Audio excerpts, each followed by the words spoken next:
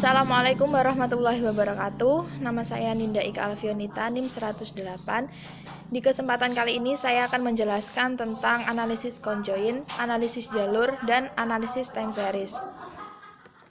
Pokok pembahasan yang akan kita bahas, yang pertama ada pengertian, kemudian yang kedua tujuan penggunaan analisis tersebut, yang ketiga jenis variabel dan data yang digunakan di dalam analisis tersebut, dan yang keempat adalah istilah-istilah yang digunakan di dalam analisis tersebut. Langsung saja ke pembahasan yang pertama, yaitu pengertian. Analisis conjoin. Analisis conjoin ini adalah suatu teknik yang secara spesifik digunakan untuk memahami bagaimana keinginan atau preferensi konsumen terhadap suatu produk atau jasa dengan mengukur tingkat kegunaan dan nilai kepentingan relatif berbagai atribut suatu produk. Jadi contohnya seperti produk mie instan. Dia memiliki atribut seperti kemasannya itu seperti apa, kemudian varian rasanya seperti apa. Nah, ini di analisis ini itu mengukur atau mengetahui preferensi konsumen. Konsumen itu sukanya yang seperti apa gitu. Kemudian analisis jalur. Analisis jalur merupakan suatu teknik menganalisis hubungan sebab akibat yang terjadi pada regresi berganda jika variabel bebasnya mempengaruhi variabel tergantung tidak hanya secara langsung tetapi juga secara tidak langsung.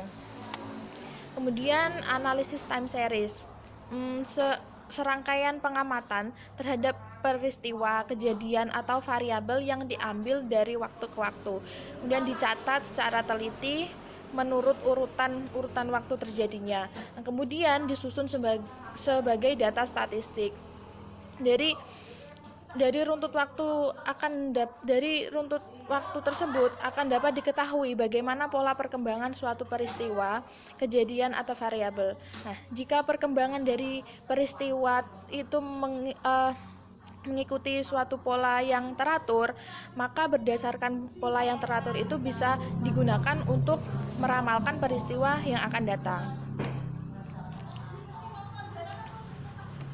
Kemudian untuk tujuan analisis conjoin itu untuk mengetahui bagaimana persepsi seseorang terhadap suatu objek yang terdiri dari satu atau lebih bagian. Nah, hasil utama analisis conjoin adalah suatu bentuk atau desain produk, barang atau jasa atau objek tertentu yang diinginkan oleh sebagian besar responden. Jadi seperti yang saya katakan tadi, analisis conjoin ini adalah untuk mengetahui bagaimana preferensi konsumen atau keinginan konsumen terhadap suatu produk. Dan itu bisa digunakan untuk menganalisis produk apa yang sebaiknya kita buat untuk mengikuti yang diinginkan konsumen. Dari situ juga tujuan analisis conjoin ini dapat digunakan untuk merancang strategi promosi, terus merencanakan harga, dan juga memprediksi tingkat penjualan atau penggunaan produk. Kemudian untuk tujuan analisis jalur, yaitu yang pertama melihat hubungan antara variabel dengan didasarkan pada model a priori. Kemudian yang kedua, menerangkan mengapa variabel-variabel berkorelasi dengan menggunakan satu model yang berurutan secara temporer. Kemudian yang ketiga, menggambarkan dan menguji suatu model matematis dengan menggunakan persamaan yang mendasarinya. Kemudian yang keempat, mengidentifikasi jalur penyebab suatu variabel tertentu terhadap variabel lain yang dipengaruhinya. Kemudian yang terakhir, menghitung besarnya pengaruh satu variabel independen exogenous dan atau lebih terhadap variabel dependent endogenous lainnya. Kemudian untuk tujuan analisis time series, yaitu untuk menjelaskan mekanisme tertentu, meramalkan suatu nilai di masa depan, dan mengoptimalkan sistem kendali. Ya, seperti tadi, kalau analisis time series itu kan untuk mengetahui bagaimana pola jadi perkembangan suatu peristiwa. Kemudian nanti dari pola yang runtut itu bisa digunakan untuk meramalkan kejadian yang akan datang. Kemudian jenis variabel dan data yang digunakan dalam analisis conjoint, variabel yang digunakan yaitu variabel dependent, variabel yang dipengaruhi, dan juga variabel independent, variabel yang mempengaruhi. Kemudian untuk data yang digunakan dalam analisis conjoint ini ada data metrik, yaitu untuk memperoleh data ini dalam bentuk metrik ini, responden diminta untuk memberikan nilai atau rating terhadap masing-masing stimuli. Kemudian juga data non-metrik. Nah, kalau untuk memperoleh data non-metrik ini, responden diminta untuk membuat ranking atau mengurutkan stimuli pada tahap yang telah dibuat sebelumnya. Perangkaian dimulai dari 1 dan seterusnya hingga ranking terakhir bagi stimuli yang paling tidak disukai oleh responden.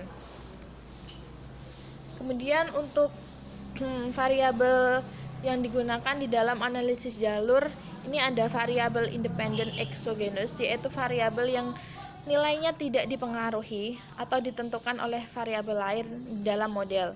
Nah, di dalam model jalur, semua variabel yang tidak ada penyebab eksplisitnya atau dalam diagram tidak ada anak panahnya yang menuju ke arahnya. Nah, selain bagian kesalahan pengukuran. Kemudian juga ada variabel dependent endogenous, yaitu variabel yang nilainya dipengaruhi atau ditentukan oleh variabel lain di dalam model. Kemudian untuk data yang digunakan dalam analisis jalur ini ada data metrik. Data metrik berskala interval. Jadi semua variabel yang diobservasi mempunyai data berskala interval. Jika data belum dalam bentuk skala interval, maka sebaiknya data diubah dulu dengan menggunakan metode successive interval atau MSI terlebih dahulu. Nah, kalau jika data yang digunakan bukan data metrik, maka akan mengecilkan nilai koefisien korelasi dan menyebabkan nilai R menjadi lebih rendah. Kemudian istilah-istilah yang ada di dalam analisis time series. Yang pertama ada trend. Trend ini adalah keadaan data yang menarik atau menurun dari waktu ke waktu. Nah, contohnya itu kayak menunjukkan tren menarik itu pendapatan per kapita, kemudian jumlah penduduk, menunjukkan data yang naik. Kemudian ada siklus, yaitu munculnya ketika data dipengaruhi oleh fluktuasi ekonomi jangka panjang. Variasi siklus bisa terulang setelah jangka waktu yang tertentu. Akan kembali normal itu setelah 10 atau 20 tahun sekali. Bisa juga tidak terulang dalam jangka waktu tersebut. Nah, untuk contohnya siklus ini adalah industri konstruksi bangunan.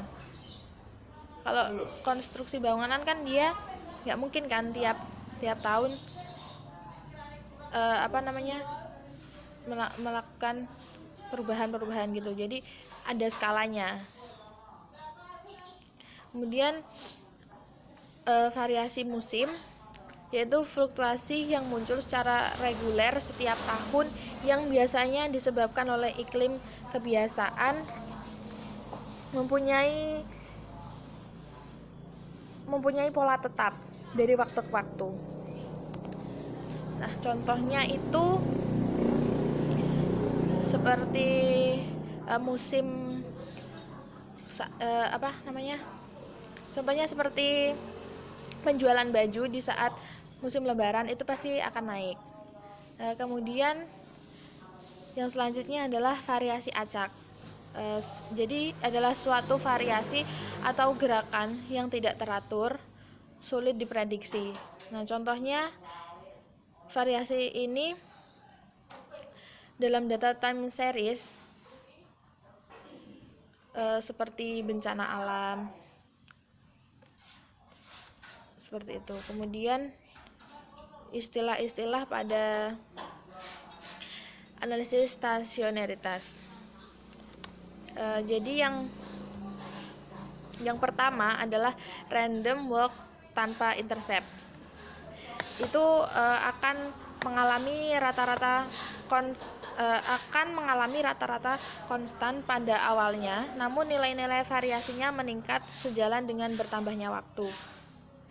Kemudian random walk dengan intercept, yaitu tidak hanya variasinya yang tidak konstan, tetapi juga rata-ratanya meningkat sejalan dengan bertambahnya waktu. Kemudian random walk dengan trend, yaitu walaupun nilai variasinya konstan, namun nilai rata-ratanya berubah sepanjang waktu sehingga model masih belum stasioner. Kemudian yang terakhir adalah random dengan intercept dan trend. Dengan adanya intercept pada model random walk trend akan mengakibatkan rata-rata dan variasinya tidak konstan. Kemudian istilah-istilah pada analisis kointegrasi. Jadi kointegrasi adalah suatu hubungan jangka panjang antara peubah-peubah yang meskipun secara individual tidak stasioner, tetapi kombinasi linear antara perubahan tersebut dapat menjadi stasioner. Jadi itu saja yang dapat saya sampaikan. Kurang lebihnya saya mohon maaf. Wassalamualaikum warahmatullahi wabarakatuh.